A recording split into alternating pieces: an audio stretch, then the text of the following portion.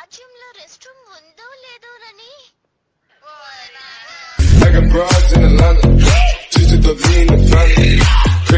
ఎంత బాగుందో. నేను ఈ రోబోట్ లో నా బ్రెయిన్ కాపీ వేస్తాను. పని పూర్తయింది. నువ్వు ఇప్పుడు నోబితావి, నువ్వేం చేయాలో నీకు బాగా తెలుసు కదా, చెప్పు.